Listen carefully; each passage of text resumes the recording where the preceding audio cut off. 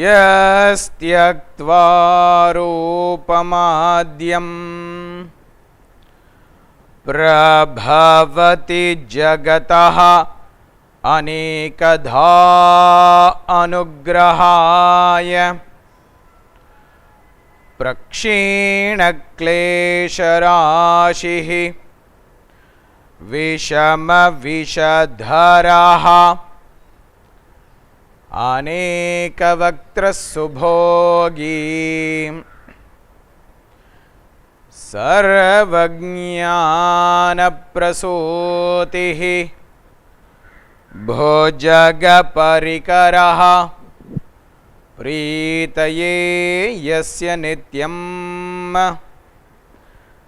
देवो हीशः स वो व्यात् सितविमलतनुः योगधो योगयुक्तः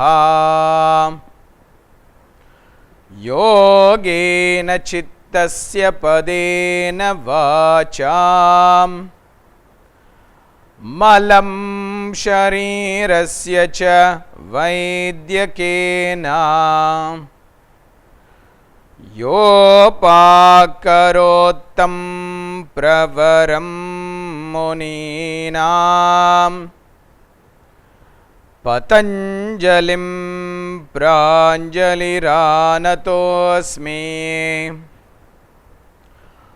आबाहुपुरुषाकारं शङ्खचक्रासिधारिणम् सहस्रशिरसं श्वेतं प्रणमामि पतञ्जलिं श्रीमते अनन्ताय नागराजाय नमो नमः।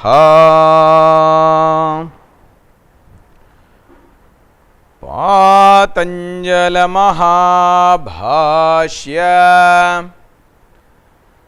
चरकप्रतिसंस्कृतैः मनोवाक्कायदोषाणां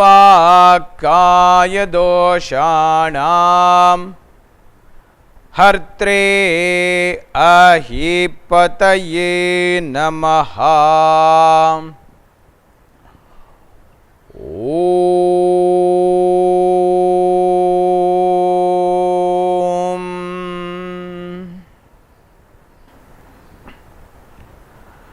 So friends, we are in the first chapter of Yogasutra. We have discussed sutra Tasya Vachakaha Pranavaha, and we started slightly on the sutra also Tad Japaha Tad Artha Bhavanam.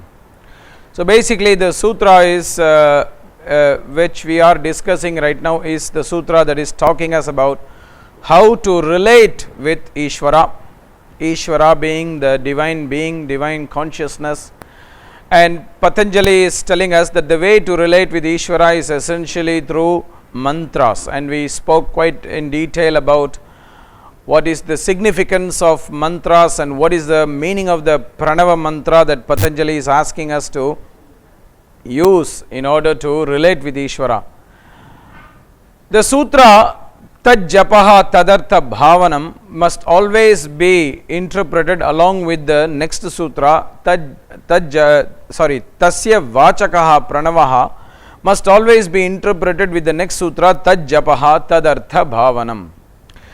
One of the key things about the use of mantras is presented here in the Yogasutras of Patanjali, and this is a very important idea for all of us to remember. I spoke to you last time when we spoke about the concept of Mantra-Japa, that mantras are like affirmations that we are saying, and how these affirmations have an impact on our well-being and also our transformational journey. But this Mantra-Japa is not meant to be done just casually from the lips. See, when we see nowadays we have what is called a parrot, We can buy in a shop, pet shop, a talking parrot, and the talking parrot will be able to repeat whatever you teach that without knowing what it means. So if you say some good words, it will teach you, it will say repeat these good words. If you teach some bad words, it will also repeat these bad words, because it does not know what it means, it just knows how to repeat. The same way, we must not repeat mantras like a parrot. The idea in the Vedic tradition is that mantras are not just meant for reciting from our mouth, but mantras are supposed to be recited from a deeper space inside of us. That's why the second part of the sutra, tad japaha tad artha bhavanam, is presented. Tad japaha means the japa of the mantra, the recitation of the mantra, tad artha bhavanam, must be done along with the meaning of the mantra or what the mantra represents. Because this is a very important part of it, that is what brings life to the mantra. That's why in this interpretation of this sutra, Acharya Krishnamacharya says here Mantra-Japa is Sat Sampradayika Bhavana Sahita Mantra-Japa. We have to follow the Mantra-Japa that includes the visualization of the meaning, the bhavana. Now this is very important on multiple layers.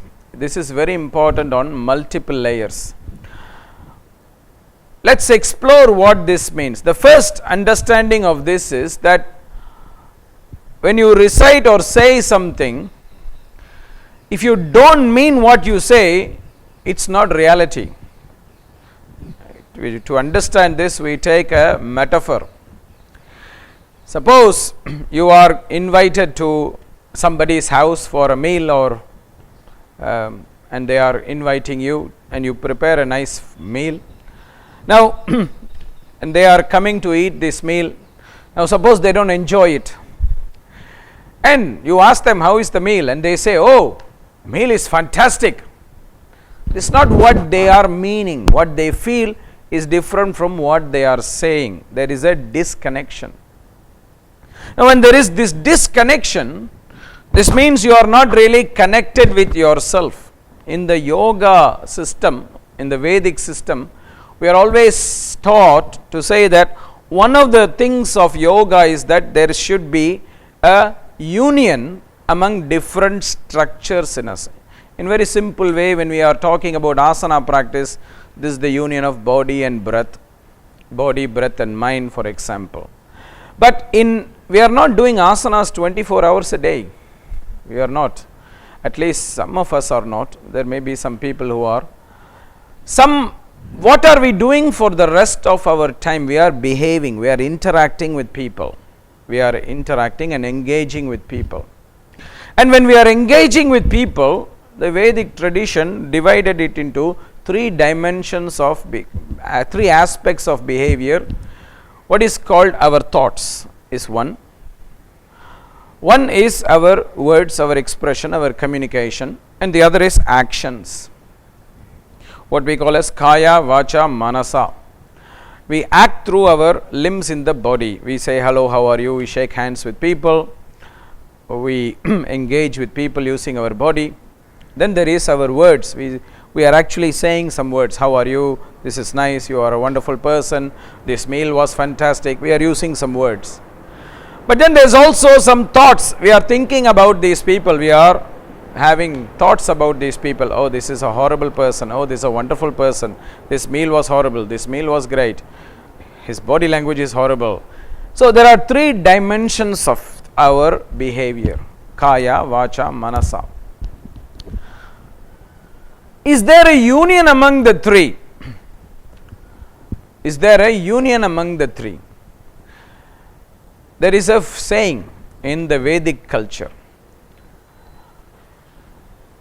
Manasyekam, vachasyekam, karmanyekam mahatmanam, manasanyat, vachasanyat, karmananyat duratmanam. When what we say, what we think, and what we act are all the same, then we are a Mahatma, a great person. We are in a state of yoga. Whereas when what we think, what we say, and what we act are different, we are Duratmanam. We are not really good people. We are people who are disconnected. We are confused. We are not in yoga. And this is a very important reality for many of us today. Many of us, we live in a society where being truthful is a problem, being honest is a problem. Today morning, somebody sent me one picture on the email coming from your wonderful country, America, sir, because I think you have elections soon. And there is a wonderful picture. It says, if we lie to politicians, it's felony. But if politicians lies to the people, it's politics. And we are living in a society where neither people are truthful to us, nor are we completely truthful to another person. Now, when we live like that, and we are trained to live like that, what essentially happens? We get disconnected from ourselves. We are from a childhood, we are taught not to be genuine. We are taught to be polite. We are taught to be considerate for other people. Don't say the truth. Don't say that because that will hurt another person. So many things have been trained to us that we really do not actually are allowed to express what we feel.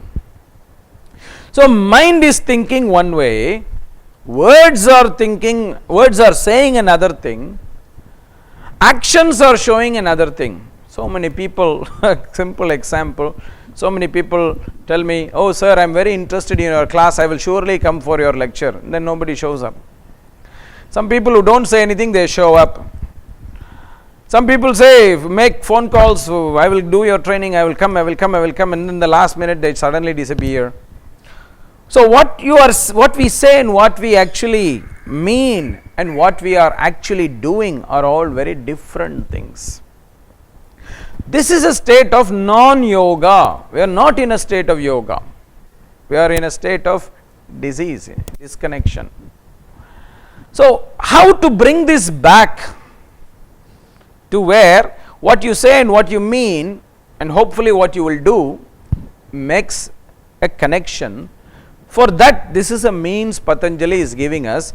Tad japaha, tad artha bhavanam. When you recite mantras with the intended meaning behind, there slowly starts a new pattern, a learning process of actually saying what something means. And therefore, it brings about a change in other dimensions of your life as well. Just like when we do 1 hour of asana, it has impact on other parts of our life and other times of our day. Same way, when we do Mantra-Japa for half an hour or 20 minutes or so, where we are speaking what we are meaning, we are reciting what we are meaning, slowly it brings us to a state where we will probably say what we mean at other contexts as well, and therefore we become more genuine. A lot of times I confront this problem with a lot of people asking me to be some way, or asking themselves the question, there should be a particular way so that there can be perfection. We want perfect people. I want perfect father, perfect mother, perfect husband, perfect wife, perfect boyfriend, perfect job, perfect boss, etc. It's not possible. What is possible is a genuine person. That genuine person may not be perfect, whereas they may be genuine. There may be a clarity. What you say and what you are doing is very realistic. Now, this is why I appreciate so much my relationship with people like my mother, people like my wife, etc., because there is no surprises. What they say is what they feel. Sometimes I give a present to my mother, and she said, I don't like it. It's more easy to deal with it than she's saying, oh, it's so wonderful, and then never using it. And then I'm wondering, why is she never using it? Why is she never using it? Why is she never using it? And then I ask my mom, why are you not using it? Oh, I will use it next week. Oh, I will use it next week. It's wonderful, but I will use it next week. And then she never uses it. It's one way of looking at it. But it's more hurtful. Whereas she says, I don't like it. And you say, okay, at least she's genuine. We have done our effort. She has done her effort. It's more authentic. So, authenticity is what is important. Genuineness is what is important, not perfection. This is also a problem in modern yoga world, because many yogis are also searching for perfect teachers, perfect asanas, perfect pranayama, perfect mantras. There's nothing like that. There's only genuine person. There can be an authentic mantra practice, there can be an authentic asana practice that is authentic to our capacities and our abilities at that given moment. That is the primary essence of Acharya Krishnamacharya's teaching, Acharya Patanjali's teaching as well, because there is no perfect standard for everybody. But we are not trained to that, because we are trained to be seeking a perfect standard. And we are living in a society that is supporting that. If you look at modern medicine as well, it wants us to be perfect. You must have perfect blood pressure. You must have perfect sugar level. What is perfect? Oh, it's a range between this and this. It's an average. It's a statistic. But in yoga and Ayurveda, they say that is not possible, because body constitution is different. Somebody is Vata type, somebody is Pitta type, somebody is Kapha type, somebody is Vata Pitta, somebody is Pitta Kapha, somebody is Vata Kapha, somebody is Vata Pitta Kapha, and some people are just mysterious, they don't fit any category. But then not only that these constitutions are changing according to seasons, according to age, according to all these factors. So a perfect value is not possible, you cannot fit a box. But we want to fit a box because that is presented to us as perfect, as real, as correct. And therefore there is disconnection from ourselves. So there is a loss of reality for us. That's why what we say, what we feel, what we act, there is not a coherence. And that is a state of non-yoga. It is a state of disconnection. We don't even know what we feel. Many times you ask people, what do you feel? They always reply, I think I feel happy. I think I feel I am sad. Always I think. We think more than we can feel.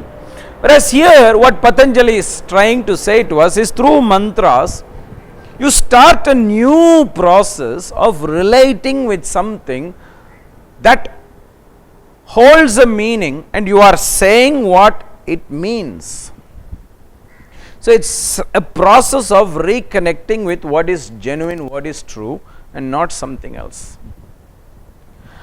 Not only is there this meaning, there is also another dimension to it. The moment you recite mantras with meaning, the process of mantra practice does not just become a verbal recitation, but actually it becomes a meditative experience. Because you are holding the meaning in your mind, in your heart. So it's no more just a word, it's more of a visualization. That is what is bhavana, a visualization. You are visualizing what it means. So this way, the process of mantra becomes a meditation. The process of mantra becomes meditation, and that is where they are using this concept of bhavana. And if you look at the classic Vedic tradition, mantra practice was not taught casually. They were taught with very good set of instructions, which followed a procedure of different steps, which includes what is called nyasa, which includes what is called bhavana, etc. There's a whole procedure, so that brings value to the mantra. It's not just that somebody is telling you one mantra and you just start practicing it 10 times, 20 times. You are driving a car and you are practicing it. You are going in a scooter, you are practicing it. You are swimming and you are saying the mantra. It's not like that. You have to create a context, especially with certain things called nyasa and all those kind of things. There are different sets of nyasas called sharira nyasa, anga nyasa, karanyasa, hridaya nyasa, vyapaka nyasa, etc. There are many different nyasas that are touching different parts of the body, and that also has symbolism, because there you are activating different parts of the body with some conscious effort, so that the mantra that you are going to do with the visualization will facilitate the vibrations to move all through your body, and it becomes more powerful, more profound. And that way you are connected with we are connected with all the feelings that you have, because when prana moves through your whole system, the whole system becomes alive. It's not as if one part is dead. It wakes up all the system. That is why when we engage in mantra practice, sometimes some disturbances also come initially, because it wakes up some things which we have not paid attention to. Last time I explained that how mantra sometimes can be like a cleaning process. It removes some toxins from our body, and when the toxins are leaving the body, it's not easy. Sometimes it's very painful. So mantras need not always be very flowery and very nice. Mantra-Japa can be very challenging. This is very important because it is a spiritual process. It is not something that is very superficial.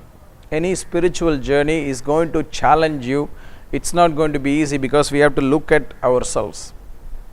That's what Mantra-Japa also does with the bhavana, with all these procedures, that it brings out some of our darknesses so that we can see some light. So that's the other purpose of the bhavana, which is to convert this mantra practice, or rather to bring this mantra practice alive, almost as if it is a meditation practice, not just a casual practice. There is also another dimension of this word bhavana. The word bhavana has so many meanings. One of the meanings of the word bhavana is to have faith, to have some confidence, to have some kind of faith in the mantra that you are doing. Now, what Patanjali is saying is, unless you have a faith or you have a belief in the mantra that you are doing, the mantra will not work. It's not going to work. Modern science, they call this placebo. They are doing a lot of experiments on this, where they are giving people not the actual medication, but actually something that is like the medication, but people have some belief that they are taking some medication. They are convinced that they are taking some medication, and they are saying that it works even if the medication is not even the actual medication. Now, so in some way you can conclude that it's not the medicine that's working, it's actually the faith in the medicine that is working. And that is what Patanjali is also saying through the use of the word bhavana. When you have a faith in the mantra, it can do so many wonderful things. And it's very important to have faith, because faith is what will sustain you. Faith is what will sustain you. See, sometimes when you are not having faith, you give up very quickly. Whereas when you have faith, you don't give up so easily. You sustain, you overcome the challenges. You see what are the ways, and you sustain these challenges through connection with the faith. And that is why Patanjali is choosing this word, because this word has many layers of meanings. One is the visualization of the meaning, another is also faith. Unless we have an openness to the mantra, an openness to the divine, an openness to what the mantra represents, the mantra is not going to work, because it's merely some words. If you remove this, whereas the moment you bring the aspect of faith, it's not just words, it is something much more than just words. So that's why another meaning for the word bhavana is faith, and that's why this sutra can also be interpreted this way. Now, all these meanings of this word bhavana and the concept of using bhavana in mantra practice brings alive the concept of using mantra in yoga practice. And once again, I would like to remind you all that this is very significant because mantra is the first tool that Patanjali is presenting in the Yoga Sutra. Patanjali does not talk about asana until the second chapter. Patanjali talks about Mantra-Japa first. So, mantra is the first tool of yoga. A lot of people nowadays think that asana is the first tool of yoga. People say, I do yoga, and they are only doing some physical exercises. But that's not the first and the most important tool of yoga. Mantra was used always as the first tool of yoga. And in fact, mantra was used in every other tool of yoga. And this is important for us to understand. For example, in asana and in pranayama, the other major tools of yoga, the yogis always insisted that we are using the breath when we are doing asanas, and pranayama is fully about breathing control. And in the yoga, in the classical yoga traditions, if you are doing asana without attention to the breath, it is not actually asana, it is physical exercise. That's the difference between gymnastics and circus things and yoga. Because a circus man can also stand on his hands without any effort, so easy. But what is the difference between that and yoga handstand? It's because in yoga we are connecting with the breathing. It's not done as a circus. So all these people you see in YouTube and Facebook and Instagram, they put pictures of themselves in handstand and they are able to do like a gymnast is doing. But is that yoga? Because they are forgetting to breathe. The breath is central to asanas. Breath is central to pranayama. Now in asana and pranayama, in the old days, they always used measurement of time. They said breathe in for so many duration, breathe out for so much duration. In modern times we say when you do pranayama, breathe in for 5 seconds, breathe out for 10 seconds. We are saying this. Now think about the yogis' times. 2000 years ago, they did not have a wristwatch or a clock to measure seconds. No, the Swiss watch industry did not exist at the time of the yogis. No. So how did they measure time? They measured time through mantra. Mantra was the matra. Inhalation, recite one mantra mentally. Exhalation, recite the mantra mentally. This was ratio 1010. Inhalation, recite mantra one time. Exhalation, recite the same mantra 2 times. Ratio 1020. This is how they measured time. Therefore, all yoga practices were in the original days samantraka. They were with mantras, they were not without mantras. That's why yoga was considered a spiritual practice. Because it was not a physical exercise practice or a breath control practice, it was a spiritual practice because of the use of mantras. So mantra was part of every tool of yoga. So this is very important to remember. That is why Patanjali first presents mantra right at the beginning of all the tools. He says use mantra. When you use mantra, you will find yourself and you will have no more obstacles. Great benefit he presents. And then he says, okay, some people don't want to do mantra, okay, there are other tools. But if you do mantra, 2 great tools will come. This is what he is going to present in the next sutra. 2 great tools will come. So, mantra is the first and the most significant tool of yoga, and it has to be done in a very correct and traditional manner. And this is what we all have to remember, that in yoga practices, in the classical yoga practices, mantra has a very significant role. And whenever we are reciting mantras, we have to recite the mantra with what it represents, the meaning. Every mantra has a meaning or an object of focus it represents. For example, the Gayatri mantra, world famous Gayatri mantra, represents the sun. So when you recite the Gayatri, you have to visualize the sun. That is your bhavana. There is mantra on water. When you recite the mantra on water, you have to visualize water. There's mantra on the wind, there's mantra on the fire, there's mantra on different forms of the gods, there's mantra on the different elements of nature. Whenever we are choosing a mantra and we are reciting that mantra, we have to visualize what the mantra represents. This is very, very significant. In the traditional times, I also have to say this in the context of mantras, in the traditional times, the mantra was not self-chosen. We don't just say, oh, I like this mantra, I take it. We don't go to, it's not like going to a buffet and saying, okay, I will take what I want. And this is the modern era's luxury. In the classical times, the teacher chose which mantra to be taught to that person. They did not actually teach any mantra to you. They would observe you for some time in different ways. The normal procedure in the old days was they were first observing you for a few days.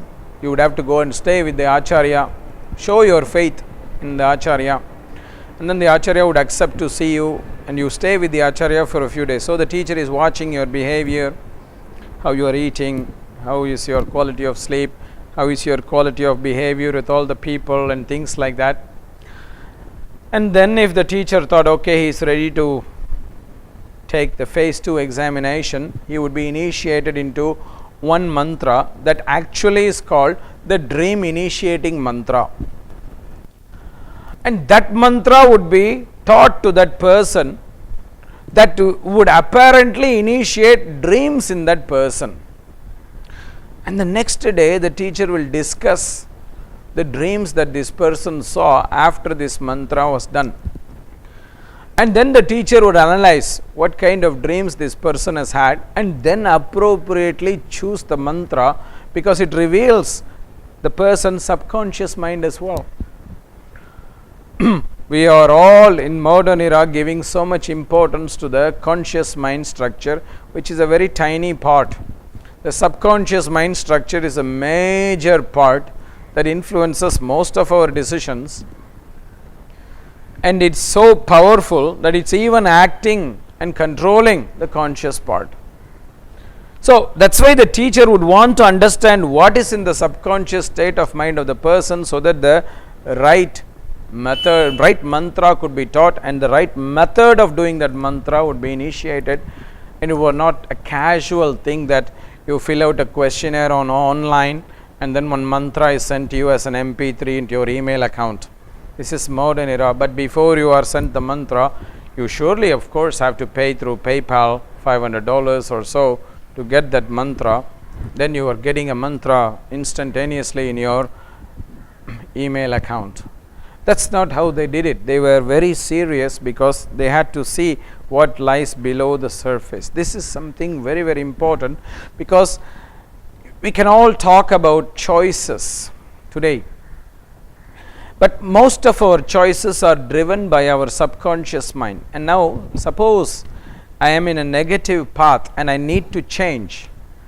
If I let my conscious mind choose, it will choose what is convenient for me, what is convenient to my choices, and therefore I will not be in a path of spiritual transformation. I will be in a path that is choosing what is convenient for me, what I like, and fall into the trap again and again and again. Whereas if somehow I could understand what is in my subconscious mind, subconscious structures, and see, oh my God, this is all that is there, I have to deal with it, I have to face it first, and then I have to deal with it, then perhaps the same patterns will not be repeated. Now then we have to ask ourselves the question, are we able to see ourselves, our subconscious, or not? Now some of us, we have a very powerful intuition, we have a very good spiritual connection, maybe we are able to see. Some of us, we are not having that gift, we need the guide of a teacher. Of course the teacher also has to be in the capacity to see that. And once again, that is where the role of the teacher comes. And again, the teacher need not be a perfect teacher, but a person who is genuine. If you look at the life stories of many acharyas, they were not perfect, but they were very genuine. They could see through the imperfections because they themselves have worked through their imperfections and they are working on their imperfections. They are not looking for somebody who has a perfect image. This is not possible. So that's why this concept of choosing a mantra is not casual for the ancient yogis. It was a serious procedure of trying to understand what is in our cognitive structures, what is in our subconscious structures, and also what we have inherited from the past generations. Some of us, we have trauma coming from past generations. We have influences coming from past generations which we don't take into account at all nowadays, but it still is there. It still is there. So the yogis try to understand all of this before choosing a mantra, before initiating the mantra's procedure, before initiating the meaning of the mantra. That's why in the traditional times the yogis would analyze all this, analyze the dreams, etc. Then they would choose an appropriate time and place for the person and initiate the mantra through the right ear. They would whisper it as a secret. The mantra would be initiated through the right ear under a cloak, usually a very fine white cotton cloth, which in those days they were also using as their basic clothing. And this would be under the teacher and the student because it is symbolic that it's a secret, because this mantra is only appropriate for this person, and their teacher would initiate the mantra 3 times into the right ear. And then they would teach the procedure of how to do the mantra, starting from what is called the prarthana, the samskara, the sankalpa, the nyasas, the dhyanam, then the mantra-japa, etc. The whole procedure would be taught so that the technique of doing the mantra is clear for the student. See, even when you are doing asanas, suppose the teacher says you have to do headstand, it's not just the headstand you are doing some preparation before so that your body is getting ready for the headstand. Then after the headstand you are doing certain things so that your body is gradually brought out of the headstand back to your normal life. There is a procedure, what is called a krama. The same way mantra also has a krama, mantra-japa krama, it is called this procedures, so that you are prepared and the mantra has the most important benefit. So this is what the procedure was doing.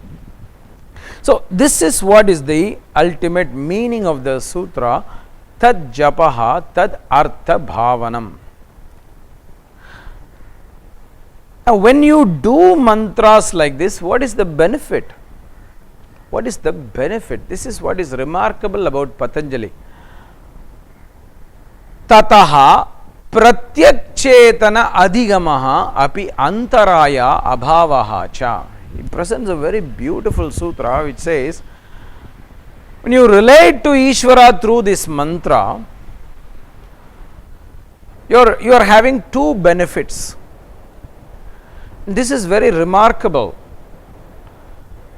We will explore this further when we in the consequent classes, but an initial understanding is very important. And this is why Patanjali's sutras and Patanjali's teaching, in my view, is not religious, but it's spiritual. He says you have to relate to Isvara. For all practical purposes, we can say, who is Isvara? Isvara is God, a simple word. But what is the benefit of relating to Isvara? Patanjali does not say, you will go to heaven. God will judge you good and you will go to heaven. He does not say that. Patanjali says, tataha pratyak chetana adhigamaha. You will understand yourself. You will understand yourself. That's the benefit. You are not going to go to heaven, he says. He doesn't say that. He says you will find out who you are. And this self with a capital S, pratyak chetana adhigamaha. Chetana means consciousness. And consciousness here does not mean conscious mind. Consciousness here is representing what is called the Purusha or the Drashta, the seer, the consciousness in our heart. You will understand yourself, api antaraya abhavaha cha, and your obstacles will be removed or reduced.